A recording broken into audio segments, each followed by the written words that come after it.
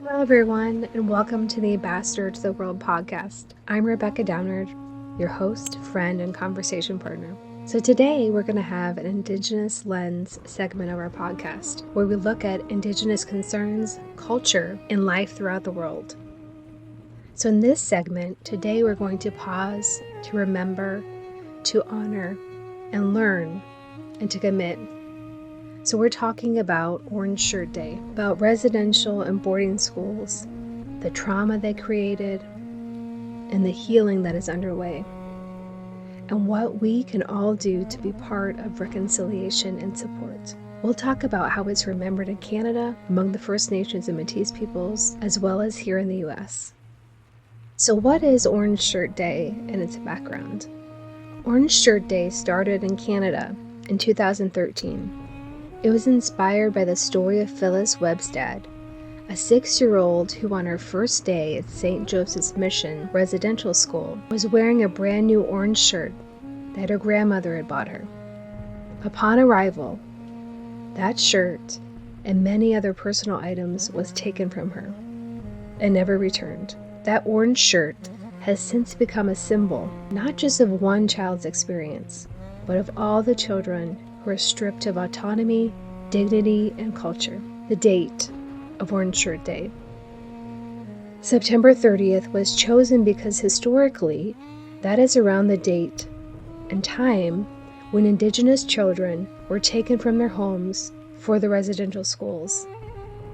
It's now the National Day for Truth and Reconciliation in Canada, a federally recognized day to reflect, commemorate, and commit to the journey ahead.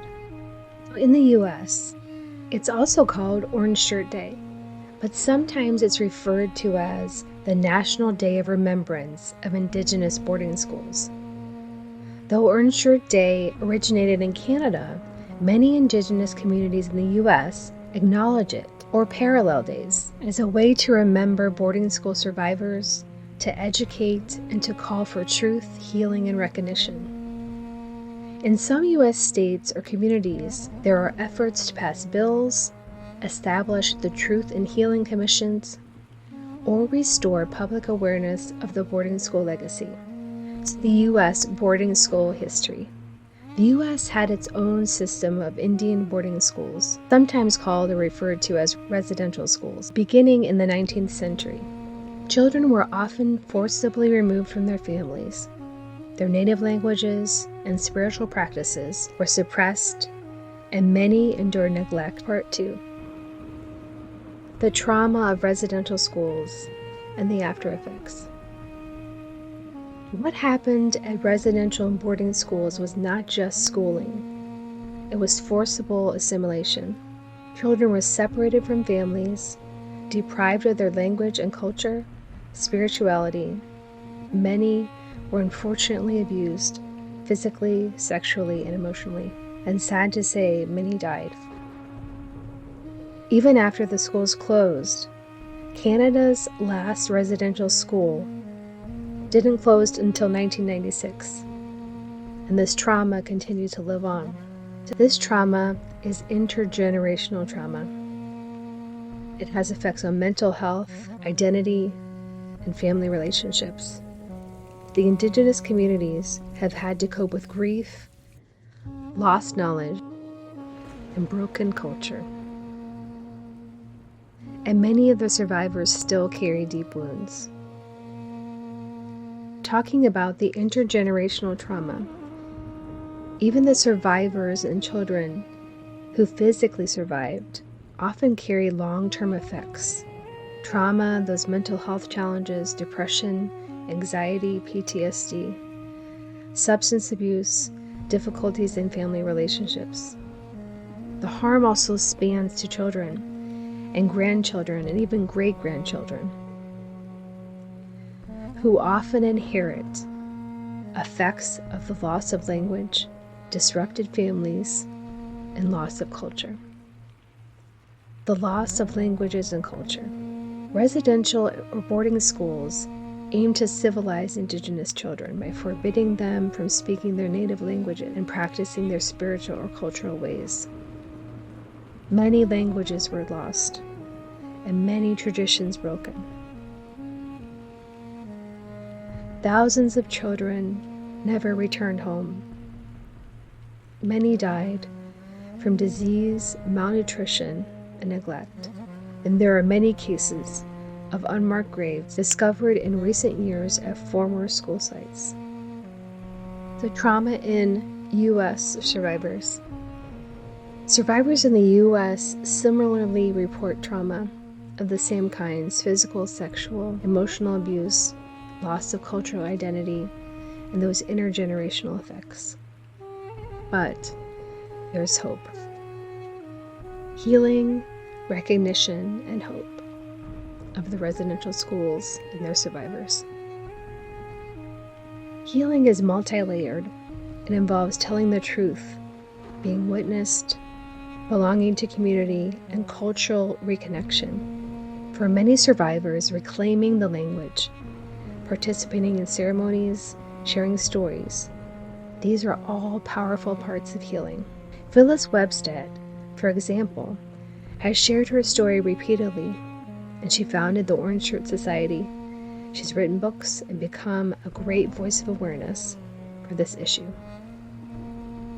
Canada has taken steps, forming the Truth and Reconciliation Commission. Its 94 calls to action and the establishment of the National Day for Truth and Reconciliation in law increased the awareness through education and public commemoration.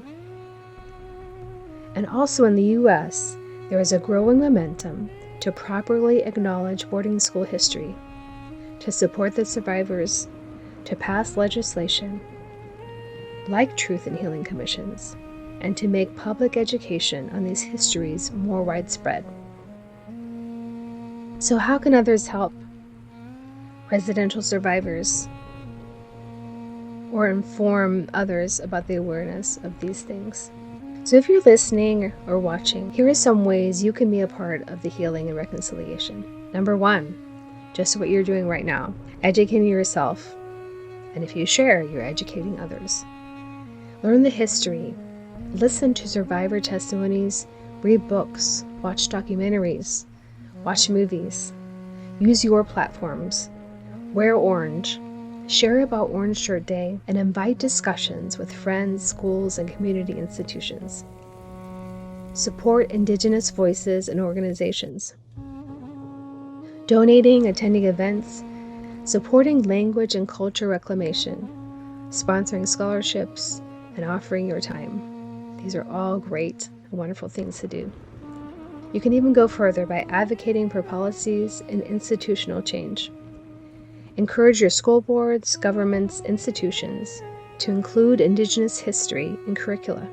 Support the establishment or the work of healing or truth commissions. Demand accountability and transparency where harm was done. Provide concrete supports, mental health support, culturally safe spaces, and accessible services for survivors and their families. Call to action and reflection. Orange Shirt Day is not just a date, it's a reminder. It's about the children who lost so much and those who survived. It's about the cultures, the languages, spirituality, identities that were harmed. But it's also about resilience, healing, and about accountability and making change so that every child truly does matter. So I invite you in the coming days to reflect. What have I learned now that I have this knowledge? What responsibility do I carry? Or do we carry? And what action will I take? What actions can I encourage my family, my children, even my students, or faith communities to take? Because reconciliation isn't finished. We are all called in some way, I believe, to be reconcilers and repairers of the world. Healing is ongoing. Truth must be told and listened to. And with those things, we can work towards a future where legacies of residential and boarding schools are acknowledged and honored so that similar harm never happens again. So, personal experience. When I was in school, the only things that were taught about Indigenous Americans were Thanksgiving or certain battles, which are really massacres in history, and maybe a brief discussion on the Trail of Tears that many tribes faced.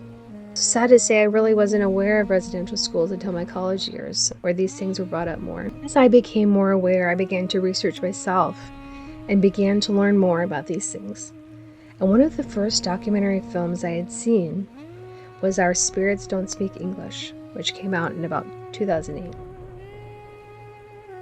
I was so deeply moved and impacted by this and the survivors' stories. That's why personally for me it's so important to share and provide cultural awareness education within our organization, Ambassador Consulting and Education, as well as share media that educates about cultures and different things through film, TV, music, so we can learn so much more about our world.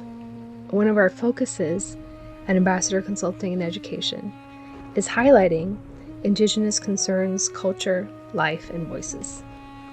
There's still so much education and awareness that needs to be shared about Indigenous life within the U.S. and around the world. So in the future, we will make an Orange Shirt Day residential school awareness toolkit for educators available, as well as a media list of books, film, and TV dealing with residential school themes and experiences. Thanks so much for being a part of this conversation. I hope it impacted you and inspired you. Join us for the next episode of the Ambassador to the World podcast and for the next Indigenous Lens segment. Thanks so much. We are the bridge builders, and we are better together. And please share your thoughts and comments about this episode, something that resonated with you, or if you want to know more about the topic. We hope you enjoyed this episode, and if you did, please like, share, and subscribe.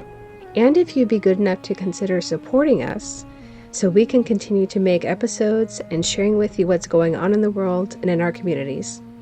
Thanks so much.